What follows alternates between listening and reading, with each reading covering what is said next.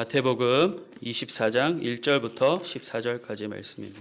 예수께서 성전에서 나와서 가실 때에 제자들이 성전 건물들을 가리켜 보이려고 나오니 대답하여 이르시되 너희가 이 모든 것을 보지 못하느냐? 내가 진실로 너희에게 이르노니 돌 하나도 돌 위에 남지 않고 다 무너뜨려지리라. 예수께서 감람산 위에 앉으셨을 때에 제자들이 조용히 와서 이르되 우리에게 이르소서 어느 때에 이런 일이 있겠사오며 또 주의 임하심과 세상 끝에는 무슨 징조가 있사오리이까? 예수께서 대답하여 이르시되 너희가 사람의 미혹을 받지 않도록 주의하라. 많은 사람이 내 이름으로 와서 이르되 나는 그리스도라 하여 많은 사람을 미혹하리라. 난리와 난리 소문을 듣겠으나 너희는 삼가 두려워하지 말라. 이런 일이 있어야 하되 아직 끝은 아니니라.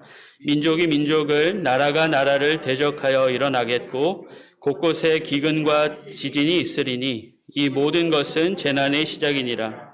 그때 사람들이 너희를 환난에 넘겨주겠으며 너희를 죽이리니 너희가 내 이름 때문에 모든 민족에게 미움을 받으리라. 그때 많은 사람이 실족하게 되어 서로 잡아주고 서로 미워하겠으며 거짓 선지자가 많이 일어나 많은 사람을 미혹하겠으며 불법이 성함으로 많은 사람의 사랑이 식어지리라.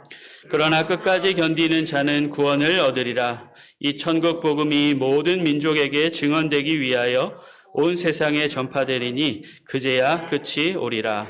아멘. 여러분 이 사람을 혹시 아세요? 이 사람 누구 같으세요? 우리 아시는 분들 계신데 마틴 루터입니다. 종교개혁의 어떻게 보면 선봉자인데요. 이분이 신학에 대해서 뭐라고 이야기를 했냐면 한번 읽어볼까요? 신학이란 인간의 자율적 이성이 아닌 하나님의 영이신 성령을 통해 하나님의 말씀인 성경으로부터 얻게 된 지식. 신학이라는 학문을 아마 한 번쯤은 다 들어보셨을 거예요.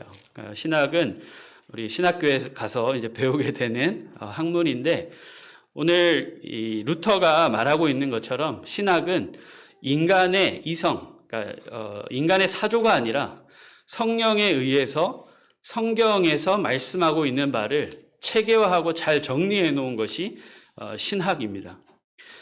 이 루터는 신학의 핵심은 그리스도다 그렇게 이야기하기도 했습니다. 그래서 우리가 신학에 대해서 좀 알 필요가 있는데 신학은 어떤 종류가 있냐면요. 뭐 여러 가지가 있습니다. 뭐 신론, 또 기독론, 그리고 뭐 종말론, 뭐 아주 여러 가지가 있어요. 그 가운데 오늘 우리가 같이 볼 부분은 종말론에 관한 것입니다. 종말론. 종말론은 한마디로 말하면 이 세계, 인류의 역사의 끝이 있다라는 것이에요. 종말론. 한 번쯤 들어보셨죠? 이 종말론은 너무너무 중요합니다.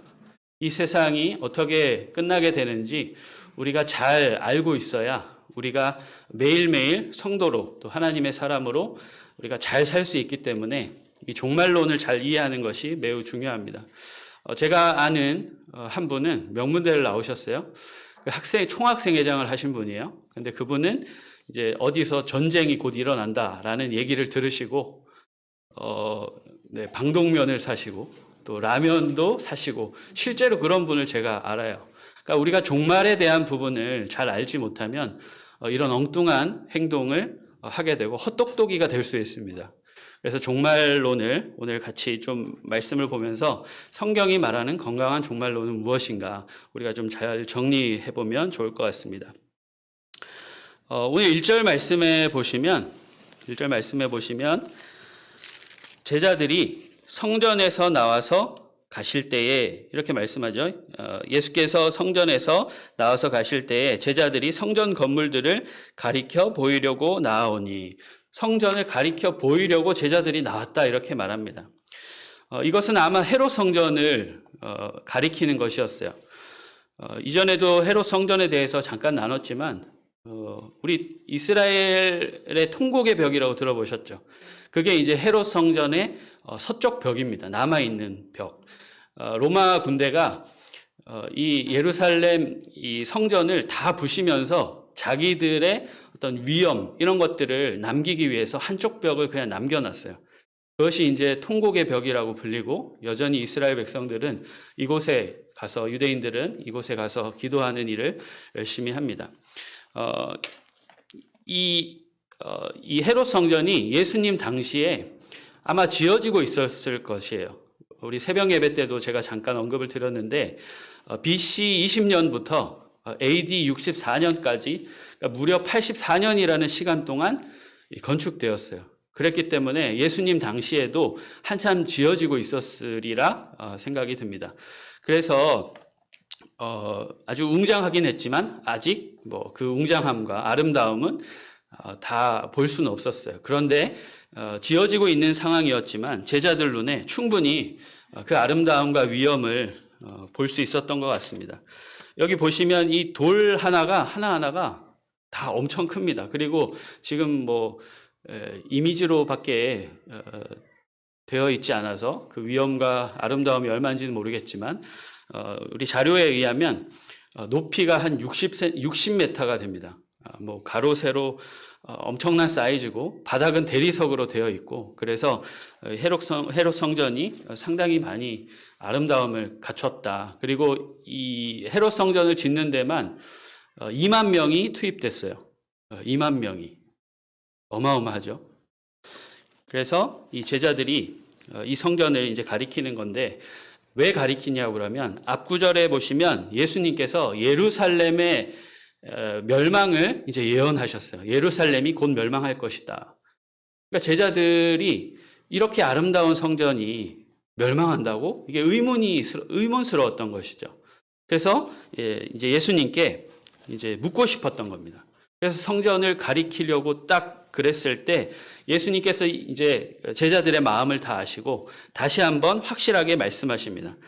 성전이 무너질 것인데 돌 위에 돌 하나도 남지 않고 무너질 것이다. 그렇게 분명히 말씀합니다. 제자들의 이 물음, 묻죠. 또 어느 때입니까? 언제 이런 일이 일어납니까? 묻고요. 또 이런 일이 있기까지 어떤 징조가 있습니까? 제자들이 묻습니다. 그것에 대해서 예수님께서 하나하나 이제 말씀해 주시는데요.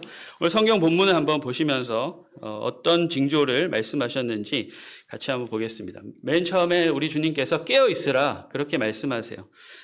깨어 있으라라고 말씀하시면서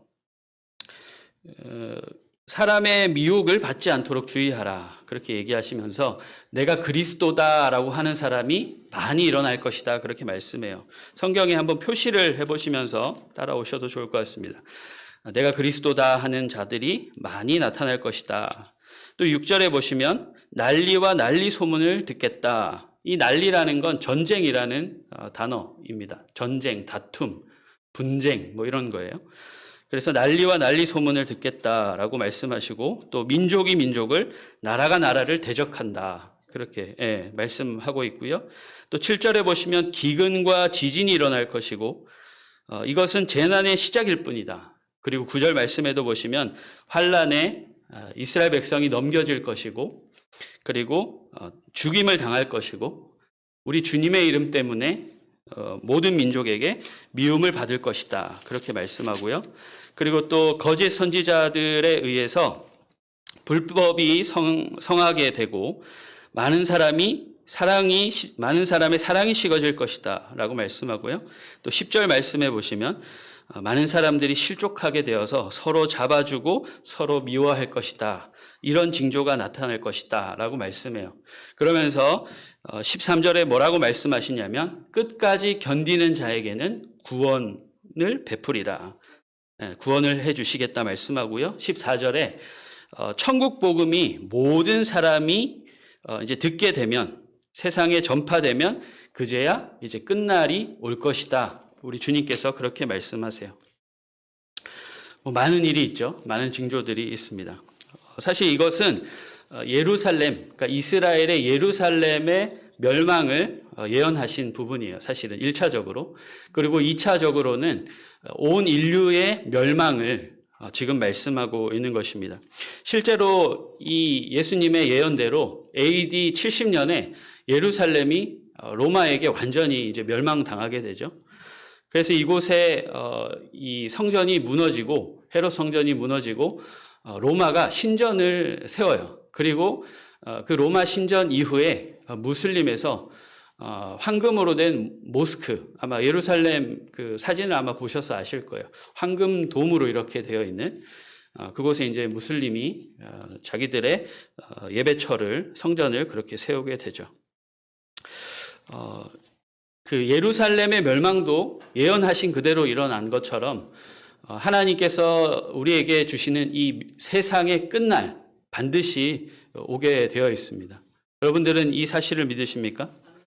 종말이 있다라는 이 사실, 그때는 정확하게 언제인지 모르죠. 우리 주님께서 말씀하신 대로 그때가 언제인지는 천사도 모르고 아들도 모르고 오직 아버지만 아신다, 그렇게 말씀하셨어요. 그러나 분명한 것은 반드시 온다라는 것입니다.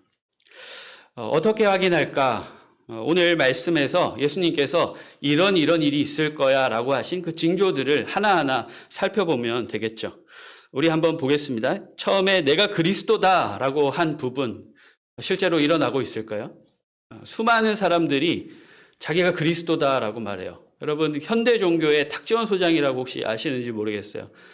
아주 이단 전문가이신데, 이분이 2017년으로 제가 기억해요. 2017년에 그 학교에 이제 강의를 하실 때 제가 들었었는데, 그때 당시만 해도 내가 그리스도다라고 말하는 사람이 전국에 한 40명 된다 말씀했어요. 내가 예수 그리스도다, 내가 성령이다 하는 사람 40명이라고 그때 말씀하셨는데, 지금은 아마 더 많지 않을까 그런 생각을 해요. 그리고 우리가 잘 아는 이 신천지 이만희라는 사람 아시죠?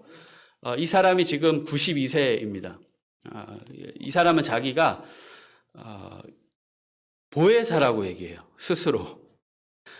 이제 뭐 몸이, 요번에 우리 코로나 때문에 이 신천지가 완전 다 그 실체가 드러났죠. 이만희가 나와서 막 이렇게 이제 이제 신천지 대표로 뭐 이런저런 이야기하는 것도 들었는데, 그 모습이 어때요? 이제 건강에 사실 문제가 많이 있습니다. 그래서 이제 뭐 죽음을 앞두고 있다, 그런 상황인데 건강도 많이 악화됐고, 근데 여전히 스스로도 보혜사라고 말하고 또 사람들이 그걸 믿어요.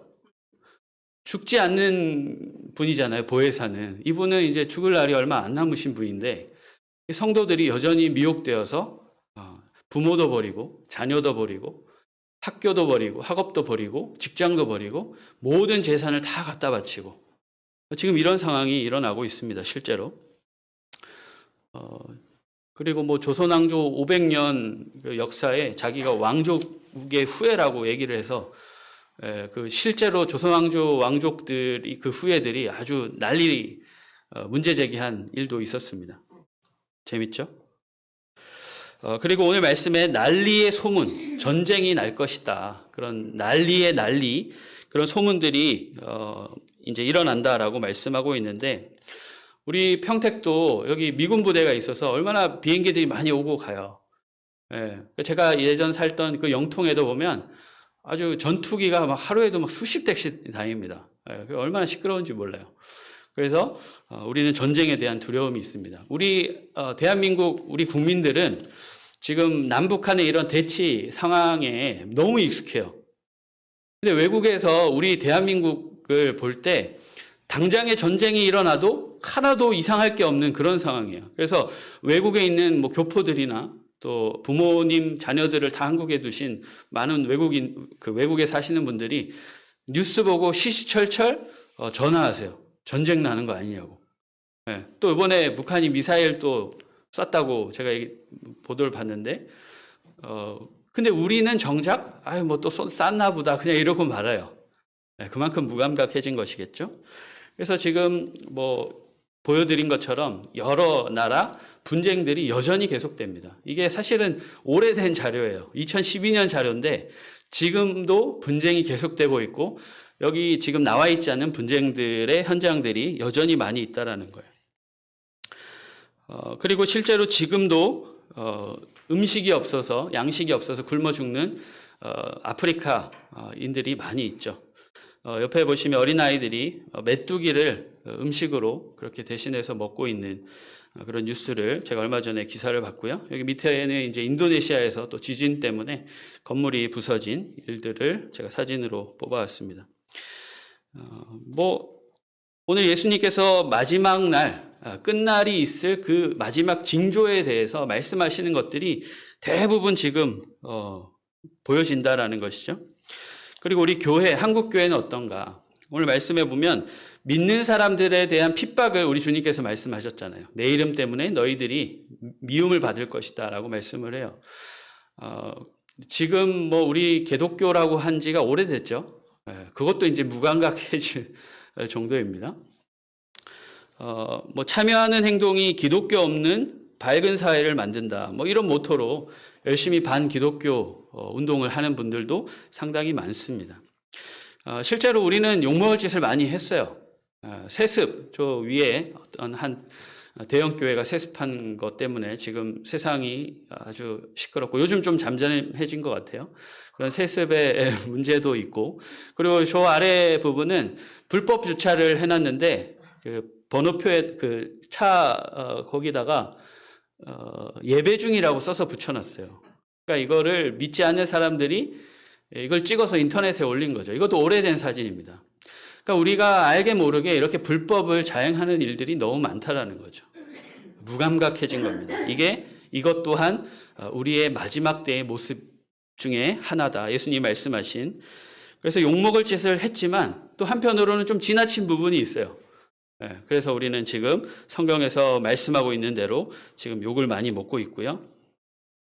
앞으로도 더 심해질 거다 그런 생각을 해봅니다. 그리고 여전히 거짓 선지자들이 넘쳐나고요. 오늘 말씀 우리 한 구절 더 같이 볼 텐데요. 우리 12절 말씀 보겠습니다. 12절에 불법이 성함으로 많은 사람의 사랑이 식어지리라. 불법이 성한다. 그러면 많은 사람의 사랑이 식는다. 그렇게 말씀하죠. 어떤 관계인지는 잘 모르겠어요. 불법이 왜 성하는데 여기서 말하는 불법은 거짓 선지자들이 막 거짓을 자꾸 말하면서 그런 법에 어긋나는 일들이 많이 일어난다. 지금 그 얘기를 하고 있는데 이것 때문에 많은 사람의 사랑이 식어진다. 이렇게 말씀해요. 그러니까 양치기 소년의 이야기처럼 계속 거짓을 말하니까 사람들이 이제 그거에 대해서 그냥 무감각해진 거죠. 둔해진 거죠. 그래서 사랑, 하나님에 대한 진리에 대한 사랑이 다 서로가 진리라고 하니까 진짜 진리에 대해서 이렇게 식은 것이 아닌가 그런 생각을 해봅니다. 이런 모든 마지막의 징조들이 오늘날 실제로 많이 일어나고 있다는 거예요. 여러분, 이런 상황에 우리는 어떻게 살고 있습니까? 한번 자기 자신을 돌아보시면 좋을 것 같아요. 많은 분들이 마지막 날에 대해서 별로 관심이 없습니다. 실제로. 한번 스스로에게 질문해 보세요. 나는 이 세상의 끝을 몇 번이나 생각했나, 이번 주에. 거의 생각 안 하셨을걸요. 그래도 우리 한우리교회 성도님들께서는 연배가 좀 있으셔서 이제 건강이 조금만 안 좋아지시고 이러면 우리 개인적인 정말 죽음에 대해서 생각은 하실 것 같아요. 자주 생각하실 것 같은데 일반적으로 사람들은 이 종말에 대해서 생각하지 않는다라는 거예요. 그러니까 아무도 올 거라고 생각 안 해요. 믿지 않는 자들, 하나님의 자녀가 아닌 사람들이 종말에 대해서 생각하지 않는 것은 당연한 것이겠죠. 그러나 우리 하나님 백성들조차도 이 마지막 날을 그렇게 이제 생각하지 않는다라는. 근데 성경을 읽어보시면 곳곳에 종말 끝날에 대해서 많이 말씀하세요. 어떤 분들이 이렇게 얘기합니다. 이런 본문을 보면서 이거는 예수님이 말씀하신 거고 예수님 때 말한 거잖아. 근데 아직도 종말이 안 왔잖아. 그런 얘기를 하면서 앞으로도 종말은 안 올 거야. 어떤 의미가 있는 거지 실제로는 안 와. 이렇게 반응하시는 분들도 계십니다. 물론 아직 안 온 게 맞죠. 그러나 분명한 것은 그 어느 때보다 우리는 이제 끝날에 가까이 왔다라는 것만큼은 확실하다. 그렇게 말씀드리고 싶어요. 오늘 말씀은 종말을 믿지 않고 깨어있지 못한 자들에게 아주 엄중하게 경고하시는데요. 우리 25장 37절부터 41절까지 말씀인데요. 화면에 있습니다. 같이 한번 읽겠습니다. 노아의 때와 같이 인자의 임함도 그러하리라. 홍수 전에 노아가 방주에 들어가던 날까지 사람들이 먹고 마시고 장가들고 시집가고 있으면서 홍수가 나서 그들을 다 멸하기까지 깨닫지 못하였으니 인자의 임함도 이와 같으리라. 아멘. 노아를 통해서 대홍수가 일어날 것이다라는 것을 끊임없이 말씀하셨는데 대부분의 사람들은 그것에 아랑곳하지 않고 오늘 말씀에 나와 있는 것처럼 시집가고 장가가고 늘 하던 것들에 집중해서 그 끝날에 대해서 준비하는 자들이 거의 없었다. 오늘 분명히 말씀하죠. 예수님이 다시 오실 그 재림의 때도 분명히 이와 같을 것이다 라고 분명히 말씀합니다. 우리 마태복음 25장 40절과 41절 말씀도 우리 같이 보겠습니다. 그때 두 사람이 밭에 있음에 한 사람은 데려가고 한 사람은 버려둠을 당할 것이요 두 여자가 맷돌질을 하고 있음에 한 사람은 데려가고 한 사람은 버려둠을 당할 것이니라. 아멘. 여러분, 우리는 두려움을 좀 가지셔야 돼요. 우리 하나님은 사랑의 하나님이신 것은 분명하지만 동시에 두려워해야 할 분이십니다. 오늘 말씀에 보시면 이미 선택됐지만 구원받지 못하는, 어떻게 보면 구원에서 탈락할 수 있는 가능성을 상당히 많이 말씀하고 계시다라는 거예요. 아까도 말씀드렸지만 이 끝날에 대해서 두려워하지 않는 거, 하나님을 안 믿는 사람들은 굳이 말할 필요가 없어요. 그들은 당연한 거죠. 그런데 우리는 그러면 안 되는 거예요. 하나님을 믿는, 또 성경이 하나님 말씀이라고 믿는 우리는 성경에서 말씀하고 있고 예수님이 가르쳐주고 계신 이 종말에 대한 부분을 우리가 두려워함으로 마음에 새기고 늘 기억하고 살아야 된다는 것이죠. 약속된 구원에서 탈락 가능성 24장과 25장에 너무 많이 있습니다. 24장과 25장은 예수님의 종말에 대한 설교이세요. 그 가르침에 한번 자세히 들여다보면 너무 많아요. 약속된 구원에서 탈락할 수 있는 가능성. 오늘 본문 24장 24절에 보면 거짓 그리스도들과 거짓 선지자들이 일어나 큰 표적과 기사를 보여 할 수만 있으면 택하신 자들도 미혹하리라, 그렇게 말씀합니다. 미혹할 수 있다. 택함 받은 자들도 미혹되어서 구원받지 못할 수 있다. 지금 그 말씀을 우리 주님께서 하고 계시고요. 그리고 오늘 말씀에도 보시면 끝까지 견디는 자에게 구원을 주신다 하셨잖아요.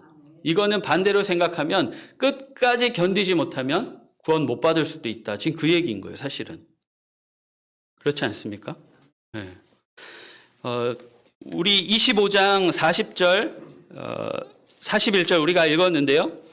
우리가 여기서도 봤고, 그 다음에 우리 열처녀 비유 말씀을 잘 아실 거예요.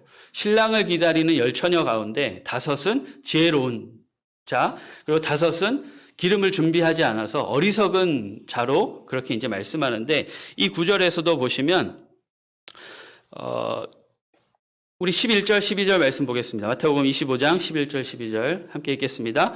그 후에 남은 처녀들이 와서 이르되 주여 주여 우리에게 열어주소서. 대답하여 이르되 진실로 너희에게 이르노니 내가 너희를 알지 못하노라 하였느니라. 아멘. 이 택함을 받았지만 기름을 준비하지 않은 나머지 5 처녀는 우리 주님께서 문을 안 열어주신다는 거죠. 못 들어오게 하신다고 이제 말씀하고, 너희를 내가 알지 못한다, 그렇게 말씀하죠. 이 말씀은 뭐냐면 이미 시작된 하나님 나라를 너희가 충실하게 살지 않는 것, 이것은 기름을 준비하지 않는 것이나 마찬가지다. 깨어 있으라. 항상 기름을 준비하라. 지금 그렇게 말씀하고 있는 겁니다. 자, 그 다음에 우리 마태복음 24장에 보면 달란트 비유가 있습니다. 그 달란트 비유가 있죠. 네, 25장에 보시면 달란트 비유가 있는데요. 여기에 보시면 5달란트, 2달란트, 1달란트 받은 종들이 나옵니다. 그 주인이 종들에게 그 돈을 맡기고 멀리 타국으로 갔다가 다시 결산하는 날이 왔다. 그때 5달란트 받은 사람은 몇 달란트를 남겨요? 5달란트를 남깁니다. 그리고 2달란트는 받은 사람은 또 2달란트를 남겨요.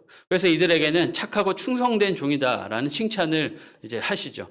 근데 1달란트 받은 사람은 어떻습니까? 1달란트 받은 사람이 주인에 대해서 오해합니다. 뭐라고 말씀하냐면 제가 한번 읽어드릴게요. 24절에 보시면 1달란트 받았던 자는 와서 이르되 주인이여 당신은 굳은 사람이라 심지 않은 데서 거두고 해치지 않은 데서 모으는 줄을 내가 알았으므로 주인을 엉뚱한 사람으로 나쁘게 이해하고 있죠. 그래서 결국에는 무서워서 땅에 묻어놓고 1달란트를 그냥 도로 드리죠. 그랬을 때 이 주인이 뭐라고 합니까? 악하고 게으른 종아라고 말하면서 그 가지고 있던 것까지 빼앗아서 바깥 어두운 데 갖다 버려라. 그렇게 이제 이야기를 하죠. 이것 역시도 택함을 이미 받았지만 그 하나님 나라를 온전히 살지 못해서 하나님을 주인 삼고 사는 삶을 잘 살지 못해서 어떻게 보면 버려진 거라고 이제 말씀을 그렇게 이해할 수 있습니다. 그래서 오늘 말씀을 통해서 우리가 선택받았지만 구원에서 탈락할 수도 있다라는 두려움을 우리가 좀 가졌으면 좋겠습니다. 그것에 막 벌벌 떨 필요는 없어요. 벌벌 떨 필요는 없습니다. 그러나 오늘 말씀에서는 강력하게 하나님 백성에게 경고하고 계시다라는 거예요.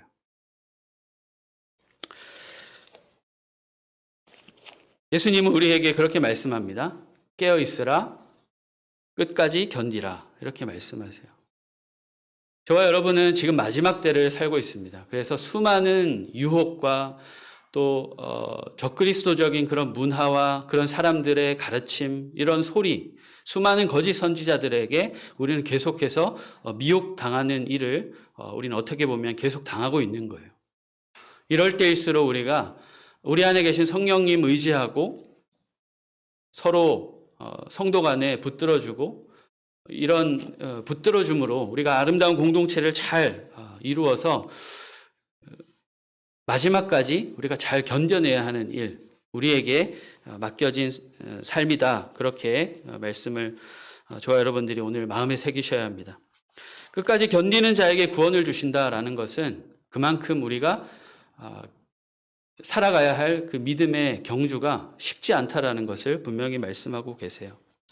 우리 예수님께서 깨어있으라 끝까지 견디라 라고 말씀하시면서 그것을 도대체 어떻게 해야 하는가 분명하게 우리에게 말씀해 주고 계신데요. 우리 24장 35절 말씀 같이 보겠습니다. 마태복음 24장 35절입니다. 천지는 없어질지언정 내 말은 없어지지 아니하리라. 하나님의 말씀은 없어지지 않는다 분명히 말씀합니다. 우리가 붙들어야 하는 것 말씀인 거죠. 말씀만 붙들면 우리가 이 거짓 세상, 거짓 미혹하는 일들에게 우리 현혹되지 않을 수 있다는 거예요. 우리 주님께서 지금 말씀해 주고 계신 겁니다. 누군가가 그렇게 말했죠. 나는 내일 멸망이 와도 오늘 사과나무를 한 그루 심겠다. 그런 멋진 얘기를 했잖아요. 우리가 말씀으로 그냥 늘 매일매일 말씀대로 살아가고 말씀 붙들고 살면 우리가 다른 것에 붙들려 가지 않는다라는 거예요. 거짓에 미혹되지 않는다라는 것입니다. 한 구절 말씀 더 보겠습니다. 마태복음 21장 43절 44절 말씀인데요. 같이 읽겠습니다. 그러므로 내가 너희에게 이르노니 하나님의 나라를 너희는 빼앗기고 그 나라의 열매 맺는 백성이 받으리라. 이 돌 위에 떨어지는 자는 깨지겠고 이 돌이 사람 위에 떨어지면 그를 가루로 만들어 흩으리라 하시니. 사실 이 말씀은 바리새인에게 우리 주님께서 말씀하신 부분입니다. 그래서 하나님의 나라를 너희는 빼앗길 것이다. 그런데 그 나라의 열매를 맺는 백성, 하나님 나라를 사는 백성들에게는 하나님 나라가 소유될 것이다. 그렇게 말씀하시죠. 그러면서 어떤 말씀을 하시냐면 돌 위에 떨어지는 자는 깨지겠고 돌이 사람 위에 떨어지면 그를 가루로 만들어 흩으리라 말씀하셨는데 사실 이것은 똑같은 말이에요. 그러니까 말씀이고 예수 그리스도이죠. 돌이라는 것은. 그래서 이제 멸망을 말씀하는 거예요. 근데 저는 이거를 조금 다르게 해석하고 싶습니다. 뭐냐면 이 돌이라는 것을 우리가 말씀으로 이해한다면 우리가 말씀 위에 스스로 떨어지는 거예요. 이건 뭐냐면 말씀 앞에 계속 서면서 우리의 육체의 소욕을 계속 부시는 거죠. 여러분 말씀 듣는 게 늘 기쁘십니까? 사실은 안 그래요. 왜냐하면 말씀은 끊임없이 너희 잘못 살고 있다. 제대로 살아라. 고쳐라. 이거 버려라. 계속 말씀하시거든요. 그러니까 마음이 불편해요. 그래서 성경을 꿀송이처럼 단 그런 시간들이 있지만 고통스러운 시간들이 분명히 있습니다. 어떤 분은 그거 싫어서 성경 안 본다고 말씀하시더라고요. 그래서 저는 그분에게 그래도 우리 성도님은 성경을 제대로 보시는 거라고 제가 칭찬을 해드렸어요. 성경 보는 게 늘 기쁘지 않습니다. 늘 우리가 잘못했다, 틀렸다라고 말씀하시는 부분이 너무 많거든요. 근데 그것이 우리에게 유익하다라는 거예요. 말씀 앞에 자꾸 서면서 버려야 할 것들, 고쳐야 할 것들, 다잡아야 될 것들 하나님이 하실 때 우리는 어떻게 보면 반석 위에 자꾸 내가 부서지는 거죠. 그래서 나는 죽고 예수로 사는 삶이 점점 더 지어져 가는 것입니다. 근데 보세요. 그 뒤에 구절에 보면 이 돌이 사람 위에 떨어지면 가루로 만들어 흩으리라. 그러니까 우리가 매일매일 반석이신 말씀 위에 떨어지면 깨져요. 그러나 생명을 얻어요. 근데 반대로 주님이 갑자기 임하시는 날 아무 생각도 없이 그냥 살다가 하나님의 주님이 다시 오실 때 인자가 다시 오실 때 우리는 이렇게 되는 상황을 맞을 수도 있다는 거죠. 주님이 임하시면 나는 그냥 완전 이제 생명이 끝나는 거예요. 영원한 생명도 다 잃어버릴 수 있는 사실 무서운 말씀인 거죠. 그래서 저와 여러분들은 고통스럽지만 말씀 앞에 자꾸 서셔야 돼요. 자꾸 쓰셔야 됩니다. 이것이 우리에게 매우 유익하다라는 거 꼭 기억하시면 좋겠고요. 또 하나 말씀드리면 천국 복음을 전하는 삶을 살아야 된다는 거죠. 오늘 말씀 같이 14절 보겠습니다. 천국 복음이 모든 민족에게 증언되기 위하여 온 세상에 전파되리니 그제야 끝이 오리라. 우리 주님께서 지금 종말을 미루고 계세요. 끝을 미루고 계시는 것에 대해서 천국 복음이 모든 이에게 전해져야 하기 때문에 미루고 계시는 거다. 오늘 분명히 말씀합니다. 천국 복음이 다 전해지면 그때 끝이 오리라 말씀하세요. 자, 그 다음에 마태복음 24장 45절에 이렇게 말씀합니다. 충성되고 지혜 있는 종이 되어 주인에게 그 집 사람들을 잘 맡아 때를 따라 양식을 나눠줄 자가 누구냐. 하나님 백성에게 생명의 떡이신 예수 그리스도를 전해줄 사람이 누구냐 지금 묻고 계신 거죠. 그러니까 우리가 해야 할 일, 천국 복음을 말해주고 전하는 일. 이것이 우리에게 있을 때 우리는 끝날에 대한 두려움을 가질 필요가 없는 거죠. 그냥 해야 할 일을 주인이 맡기신 일을 그냥 하면 되는 것입니다. 말씀 앞에 서고 천국 복음을 전하는 거. 천국 복음을 막 전하다가 할 일을 다 못했어요. 그럼 우리 주님께서 딱 오셔가지고 어디 천국 복음을 전하다가 다른 일은 하나도 못했느냐. 우리 주님께서 그러실까요? 전혀 그러시지 않죠. 우리가 평생에 해야 할 일, 잘해야 힘써야 할 일이 바로 천국 복음을 전하는 일이잖아요. 오늘 제가 오무자 원사님 기도에 아주 큰 은혜를 받고 마음의 회복이 확 되는 부분이 있었는데 여러분 연세가 많으셔도 체력이 안 되셔도 자꾸 잊어버리셔도 그것을 핑계 삼지 마시고 하나님 앞에 하실 수 있는 대로 자꾸 나아가셔야 한다라는 거예요. 그리고 막 대단한 천국 복음 전하실 계획은 아예 접으세요. 저도 그런 일 안 합니다. 못해요. 그건 하나님의 일이기 때문에 쉽지 않습니다. 그러나 우리가 천국 복음을 소유하면 그냥 만나는 사람, 그냥 뭐 이렇게 택시 타셔도 예수님 믿으세요. 뭐 이렇게 한마디 하는 것만으로도 너무 귀한 일이잖아요. 네. 그래서 우리가 천국 복음을 전하는 일 그냥 열심히 하시고 말씀 앞에 열심히 사시면 마지막 날에 두려워할 그럴 필요가 없으신 거죠. 해야 할 일을 그냥 하시면 되는 겁니다. 우리는 그냥 그 일을 하면 되는 것이에요. 여러분 시도조차 않는 것과 하다가 실패하는 것은 천지 차이입니다. 시도하다가 실패하는 것은 하나님께서 애썼다. 네가 열심히 노력한 거 내가 안다. 분명히 그러실 거예요. 근데 시도조차 하지 않는 것에 대해서는 하나님께서 악하고 게으른 종아, 네가 저 어두운 곳에 버려질 것이다. 그런 심판의 메시지를 하실 거라는 거죠. 여러분, 반드시 종말은 옵니다. 개인으로든 역사적으로든 분명히 종말은 옵니다. 주님이 우리에게 물으실 거예요. 얼마나 남겼느냐? 뭐 했냐? 저와 여러분이 말씀을 붙들고 순종의 삶을 잘 살 수 있기를 바랍니다. 그리고 복음 전도자의 삶을 잘 살 수 있기를 바랍니다. 우리 잘 못해도 하는 데까지 한번 해보면 좋을 것 같아요. 올해 우리가 정말 천국 복음 말해주고 전해주고 그것이 얼마나 귀한 일이고 감사한 일인지 저와 여러분이 경험했으면 좋겠어요.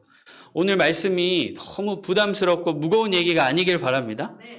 의무적인 부분이 있지만 의무보다 이것이 우리에게 얼마나 특권인 것을 여러분들이 저와 여러분들이 다 맛보셨으면 좋겠어요. 말씀을 보면서 감격하고 회복되고 주님의 음성을 듣고 내가 이래서 말씀 봐야 되는구나.